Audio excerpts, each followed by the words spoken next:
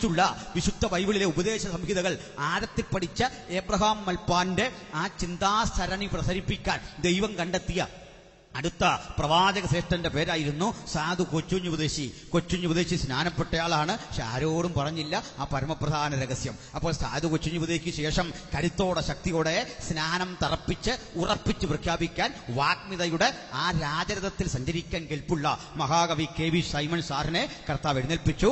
മലയാളക്കരയോട് ഏറ്റവും ശക്തിയുക്തം മാനസാന്തരം പ്രസംഗിച്ചത് സാധു കൊച്ചുകുഞ്ഞുപദേശിയെങ്കിൽ മലയാളക്കരയോട് താർക്കിക ബോധത്തോടെ ശക്തിയുക്തം സ്നാനം തറപ്പിച്ചു ഉറപ്പിച്ചു പറഞ്ഞ മഹാരഥന്റെ പേര് KV സൈമൺ സാർ എന്നായിരുന്നു. എന്നാൽ മലയാളക്കരയ്ക്ക് മറ്റൊരു മഹാരഹസ്യം തമ്പുരാൻ പറഞ്ഞു കൊടുത്തു. അത് ആത്മനിറവിൽ ദൈവത്തെ ആരാധിക്കുന്ന ഒരു ദൈവജനത്തിന്റെ ആവിർഭാവത്തെക്കുറിച്ച് അപ്പോസ്തലപ്രവൃത്തി 2 രൂപപ്പെട്ട തനത് ദൈവസഭയുടെ ആ പൂർവികതയിലേക്കുള്ള തിരിച്ചുപോക്കിനെ കുറിച്ച് ഉറപ്പിച്ചും തറപ്പിച്ചും മലയാളക്കരയെ പഠിപ്പിച്ച നിരവധി ദൈവവൃത്തന്മാരുണ്ട്.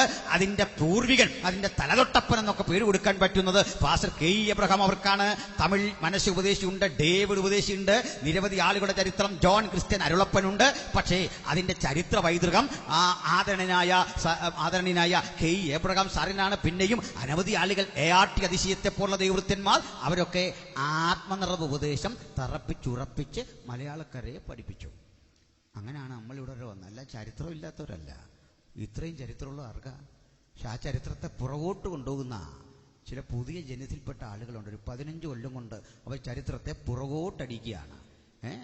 അങ്ങനെയുള്ള ആളുകൾ 15 കൊല്ലം മുമ്പ് സുവിശേഷ യോഗത്തിന് പോയിരുന്ന ആളുകൾക്ക് ഇന്നത്തെ യോഗത്തിന്റെ ഒരു വ്യത്യാസം കാണാം. ഇന്നത്തെ യോഗത്തിൽ ചെല്ലുമ്പോൾ പറയും, ഇന്ന് രാത്രി ഇവിടെ ചിലത് നടക്കാൻ പോകുകയാണ്. എന്താണ് എന്ത് ചെയ്താൽ പറയല. ഈ നടക്കുന്ന കാര്യം എന്താന്ന് ആമുഖമായി പറഞ്ഞാൽ ഇരിക്കുന്നവന്റെ സംശയം മാറിക്കിട്ടും. അപ്പോൾ ആദ്യമായി യോഗത്തിന് വന്നവന് സംശയം, ഏതാണ്ട് ഇവിടെ നടക്കും, ഏതാണ്ട് ഇവിടെ നടക്കും. ഞങ്ങളുടെ നാട്ടിൽ ഇങ്ങനെ നടത്തി ഞാൻ ഒരച്ഛനോട് ചോദിച്ചു, ഇന്നലെ നിങ്ങൾ പറഞ്ഞു ഏതാണ്ട് ഇവിടെ നടക്കും, ഒന്നും നടന്നില്ലല്ലോ, നാളെ വരാൻ പറഞ്ഞു. പിറ്റേ ദിവസം ഒന്നും നടന്നില്ല. 3-ാം ദിവസമായി കഴിച്ചപ്പോൾ ഞാൻ ചോദിച്ചു, എന്നോട് അദ്ദേഹം വന്നിട്ട് പറഞ്ഞു, ബ്രദറെ അത് ഞാൻ പറഞ്ഞു എനിക്ക് മനസ്സിലായി, അച്ഛൻ ഉദ്ദേശം എനിക്ക് മനസ്സിലായി, എൻ്റെ സംശയം എല്ലാം മാറി. എന്തോ നടക്കുമെന്ന് അദ്ദേഹം ഉദ്ദേശം അറിയണ്ടേ, വണ്ടി ഇല്ലാത്തോ നടക്കും. അതെനിക്ക് പിടിയിട്ടി. ഇന്ന് രാത്രി ചിലത് നടക്കും. ഇതൊരു 15 കൊല്ലമായുള്ളൂ ഈ നടപ്പ് തുടങ്ങിയിട്ട്. അതിനുമ്പ് വചനമായിരുന്നു. ഇത്തരം യോഗങ്ങളുടെ ഒക്കെ ഒരു അനുഗ്രഹവും സന്തോഷവും ഒക്കെ. ഹല്ലേലൂയ. നമുക്കത്തരം പൂർവികതയിലേക്കൊന്ന് തിരിച്ചു പോകണം. അതല്ലേ എൻ്റെ സന്തോഷം. അപ്പോൾ ഇതൊക്കെ പറഞ്ഞെങ്കിലും ഈ മലയാളികളായ നമുക്ക് ലക്ഷണമൊത്തൊരു ബൈബിള് തന്നത് ആരാന്ന് ഞാനൊന്ന് പറയാം. മലയാള പരിഭാഷയ്ക്ക് ഈ തുടക്കം കുറിച്ചത് സെനറ്റ് ഓഫ് ഷെറാംബർഗ് കോളേജിന്റെ വൈസ് പ്രിൻസിപ്പലായ ക്ലോഡിയസ് ബുക്കാനനാണ്. ബുക്കാനൻ മുംബൈയിലെ കൊറിയർ പ്രസിൽ അച്ചടിച്ച ബൈബിളിന്റെ ഏതാനും പരിഭാഷ നമുക്ക് കൊണ്ടുതന്നു മലയാളത്തിൽ. അത് 4 സുവിശേഷങ്ങളെ ഉണ്ടായുള്ളൂ. പക്ഷെ ആ സുവിശേഷമൊക്കെ ഇങ്ങനെ സഭയിൽ വായിച്ചപ്പോൾ നമ്മുടെ സഹോദരിമാർ പറഞ്ഞു, കാര്യം ബൈബിളാണെങ്കിലും ഞങ്ങൾ പോയി കഴിഞ്ഞ് നിങ്ങളത് വായിച്ചാൽ മതി. എന്താ കാര്യം? മത്തായിയുടെ സുവിശേഷമല്ലേ, അതിനെന്താ കുഴപ്പം?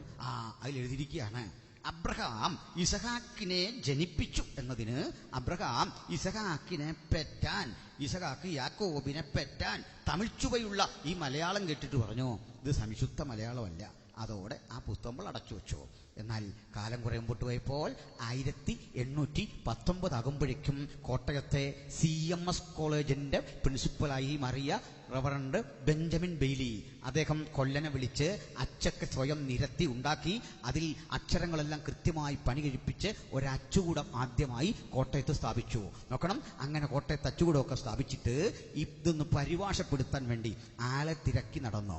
ഒറ്റ പെന്തുകുസാരനെ കിട്ടിയില്ല, ഒറ്റ ബ്രദറുകാരനെയോ യാക്കോബുകാരനെയോ കത്തോലിക്കനോ ഒന്നും കിട്ടിയില്ല നമുക്കൊരു മലയാള ബൈബിൾ തരാൻ. അദ്ദേഹം ചെന്നിട്ട് അതിന് സമീപിച്ചത് 2 ഹൈന്ദവ സഹോദരന്മാരെയാണ്.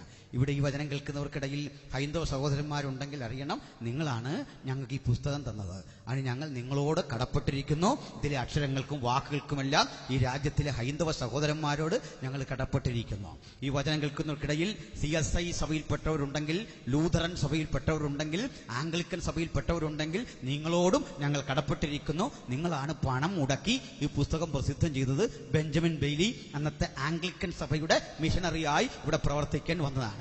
പോട്ടെ, അദ്ദേഹം ഈ പരിഭാഷയ്ക്ക് വേണ്ടി ചെന്ന് കണ്ടുപിടിച്ചത് 3 പേരെയാണ്. ഒന്ന്, കൊച്ചിയിൽ സ്ഥിരതാമസക്കാരനായ മോസസ് ഇസാർഭതി എന്ന ഒരു യഹൂദനെ. എന്തിന്?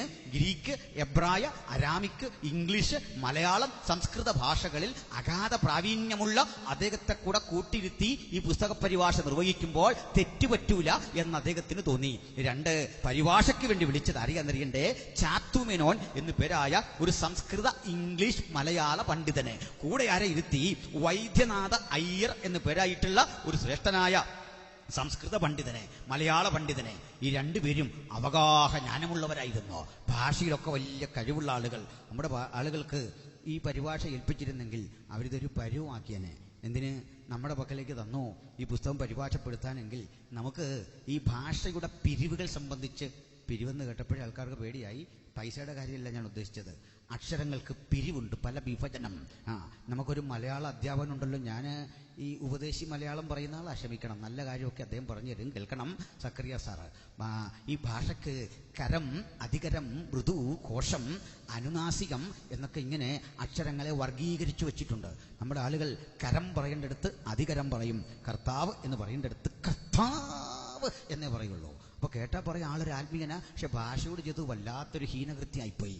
പിന്നെയും പറയട്ടെ, എന്ത് ചെയ്താൽ നമ്മൾ ഈ തെക്കന്മാർക്ക് ഈ ഫ എന്ന അക്ഷരവും ഭ എന്ന അക്ഷരവും തമ്മിലുള്ള വ്യത്യാസം അറിയില്ല. ഭാര്യ, ഭർത്താവ്, ഭുജം, ഭിത്തി, ഭാഷ എന്നേ നമ്മൾ പറയുള്ളൂ. അതുകൊണ്ട് അങ്ങനെയല്ല, ഈ ലിപ്പ് കൂട്ടിയടിക്കണം, എങ്കിലേ അക്ഷരം കറക്റ്റാവൂ, ആ ഉച്ചാരണം ശരിയാകൂ. പോട്ടെ, അപ്പോൾ ഇതൊക്കെ അറിയാവുന്ന ഭാഷാ പണ്ഡിതന്മാരെ ഈ ഇരുത്തി പരിപാടി അങ്ങോട്ട് തുടങ്ങിയില്ലേ. അതിൽ ഈ വൈദ്യനാഥ അയ്യര് ശ്ലോകം പാടുന്നതിൽ അവഗാഹ ജ്ഞാനമുള്ള ആളായിരുന്നു. തരിൽ തന്നി കടാചാഞ്ചല മധുവ കുലാരാമ രാമ ജനാന നീരിൽ താർവാണ വൈരാകര നഗരതമോ മണ്ഡലീ ചണ്ഡഭാനോ നേരത്താതോരു നീയാം തൊടൂറി കളയായികയെന്നു മേഷാ കുളിക്കും നേരത്തിനപ്പുറം വിക്രമ നിവൃതരാഹന്ത കൽപ്പാന്തതോയെ. ഉണ്ണായി വാര്യരുടെയും മറ്റും മലയാള ഭാഷാ പ്രയോഗങ്ങൾ ഇടതടവില്ലാതെ പ്രയോഗിക്കാൻ കഴിയുന്ന ഉജ്ജ്വലനായ ഒരു മലയാള വാഗ്മിയായിരുന്നു ഈ ചാത്തുമേനോൻ. അതിചണ്ഡ രിപുഷണ്ഡ ഗള കണ്ഡന പണ്ഡിത ഭുജദണ്ഡ കലദണ്ഡധര പേർത്തു പേർത്തു ജന കീർത്തി മാന്യനള പാർത്ഥിവോത്തമ സൽകീർത്തികൾ കേട്ടേൻ ഓർത്തവനുടൽ കൂർത്തമൂർത്തം ഗജാസ്ത്രമേറ്റു നിർത്തുടൻ നെടുതായി വീർത്തു ഞാൻ ആർത്തയായേൻ. ഇതൊക്കെ നളചരിത പ്രയോഗമാണ്. ഇതൊക്കെ പഠിച്ചു ഭാഷയോട് അവഗാഹമായി ഇടപഴകുന്ന ഉജ്ജ്വലനായ 2 പേരെ ഇരുത്തിക്കൊണ്ടാണ് സായിപ്പ് പണി തുടങ്ങിയത്. നമ്മുടെ ആളുകളെ ഒന്നും ഇരുത്തിയില്ല. കാരണം നമ്മുടെ ആളുകളുടെ ഒരു വക്കിലേക്ക് ഇത് കൊടുത്താൽ ഉൽപ്പത്തി 1:1 അമ്മരെങ്ങനെ കാണിച്ചു നോക്കാന്ന് അറിയണ്ടേ? പറയാം. നമ്മുടെ ആളുകളെ ഏൽപ്പിച്ചാൽ ഉൽപ്പത്തി 1:1. അതെ, ആദിയുടേതായിരിക്കുന്നതായിട്ടുള്ളതായിരിക്കുന്ന കാലയളവിൽ ദൈവം ആകാശഭൂമി സൃഷ്ടിക്കുവാൻ ആമേൻ സ്തോത്രം ഗ്ലോറി പ്രൈസലോ ഇടയാക്കിക്കൊണ്ടിരിക്കുന്നതായിട്ടുള്ളതായ ആമേൻ ഇങ്ങനെ പോവല്ലാതെ കേൾവിക്കാർക്കൊന്നും മനസ്സിലാവില്ല. അതുകൊണ്ട് സാഹിബ് പണിയറിയാവുന്ന ആമ്പിള്ളരെ കൂലി കൊടുത്തിരുത്തി. അതില് ഈ ചാത്തുമേനോൻ ഒരു വലിയ അക്ഷരഭക്തനായിരുന്നു. സരസ്വതി പൂജ, വാരിധി തന്നിൽ തിരമാലകൾ എന്ന പോലെ ഭാരതി പദാവലി തോന്നണം കാലേ കാലേ എന്നൊക്കെ പ്രാർത്ഥിച്ച് ബൈബിള് പരിഭാഷ, ചന്ദനക്കുറി അണിഞ്ഞ്, തുളസിക്കതിരണിഞ്ഞ്, ഇഷ്ടദേവത പ്രാർത്ഥന കഴിഞ്ഞ് ശുദ്ധവൃത്തി വരുത്തി മാത്രമേ ഈ ബൈബിള് കൈകാര്യം ചെയ്യുള്ളൂ. പേടി വരുന്ന നിങ്ങൾക്ക്? നമുക്കുണ്ടോ ഇത്രയും ഭക്തി?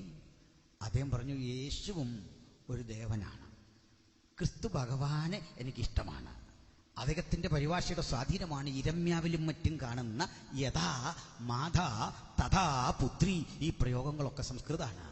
അപ്പൊ അദ്ദേഹം അങ്ങനെ പ്രാർത്ഥിച്ചും പഠിച്ചും വചനമൊക്കെ ഗ്രഹിച്ചിങ്ങനെ പോകുമ്പോൾ എല്ലാ ദൈവങ്ങളോടും പ്രാർത്ഥിക്കും, യേശുവിനോടും പ്രാർത്ഥിക്കും. എല്ലാ ദിവസവും ഈ ക്രിസ്തുവിനോട് പ്രാർത്ഥിക്കാതെ ഉറങ്ങില്ല. അദ്ദേഹം വിശ്വസിച്ചു ഈ ക്രിസ്തുവും അനേക ദേവന്മാരിൽ ഒരു ദേവനാണ്. പക്ഷേ പരിഭാഷ പുരോഗമിച്ച് ഇങ്ങോട്ട് വന്നില്ലേ? അത് കൊലോസ്യർക്ക് എഴുതിയ ലേഖനത്തിലേക്ക് വരുമ്പോൾ അതിലെ ഒരു വചനം ഈ ചാത്തുമേനോനെ വട്ടം കറക്കി. ആ ചിന്താമണ്ഡലത്തിലേക്ക് ഒരു പുതിയ ഊർജ പ്രസരണം ദൈവത്തിന്റെ പരിശുദ്ധാത്മാവ് വിട്ടുകൊടുത്തു. ആ ചാത്തുമേനോൻ ഏകാഗ്രതയോടെ അങ്ങനെ പഠിച്ചു വരുമ്പോൾ അതിലെ ഒരു വചനം ഇങ്ങനെ മുൾക്കൊളുത്തുപോലെ കടന്നു പിടിച്ചു. യേശുവെക്കുറിച്ചുള്ള വചനം പൗലോസ് ഗലാത്യർക്ക് പറഞ്ഞു കൊടുക്കുന്നു, ഈ കൊലോസ്യർക്ക് പറഞ്ഞു കൊടുക്കുന്നു, കൊലോസ്യരെ, ആരാണ് ക്രിസ്തു? അവൻ കേവലം ഒരു ദേവനല്ല, അവൻ കേവലം ഒരു അവതാരമല്ല, അവൻ കേവലം ഒരു ശക്തിയല്ല. പിന്നാരാണവൻ? ആ ചോദ്യത്തിന് മറുപടിയായി പറയാൻ തുടങ്ങി, അവൻ അദൃശ്യനായ ദൈവത്തിന്റെ പ്രതിമ, സകല സിദ്ധിക്കും ആദ്യജാതൻ. വാഴ്ചകളാകട്ടെ, അധികാരങ്ങളാകട്ടെ, കർത്തൃത്വങ്ങളാകട്ടെ, സകലവും അവൻ മുഖാന്തരം ഉളവായി. അവനിലല്ലോ ദൈവത്തിന്റെ സകല സമ്പൂർണതയും ദേഹരൂപമായി വസിക്കുന്നത്. ഹല്ലേലൂയ. ആ വചനം ഇളക്കി മറിച്ച, ആ ഹൃദയത്തെ മുഴുവൻ ഉഴുതുമറിച്ച് ദൈവത്തിന്റെ പരിശുദ്ധമാവിന്റെ വചനവും യേശുവിന്റെ നിർമ്മല രക്തത്തിന്റെ ശക്തിയും ചാത്തുമേനിൽ വ്യാപരിച്ചപ്പോൾ ആ പരിഭാഷ തീരും മുമ്പ് കർത്താവായ യേശുവിനെ ഹൃദയത്തിൽ രക്ഷിതാവും കർത്താവുമായി സ്വീകരിച്ച് നിമജ്ജന സ്നാനം കൈക്കൊണ്ട് ഉലകത്തോട് മുഴുവൻ വിളിച്ചു പറഞ്ഞു, മറ്റൊരുത്തലും രക്ഷയില്ല. നാം രക്ഷിക്കപ്പെടുവാൻ ആകാശത്തിന് കീഴിൽ മനുഷ്യരുടെ ഇടയിൽ നൽകപ്പെട്ട വേറെ ഒരു നാമം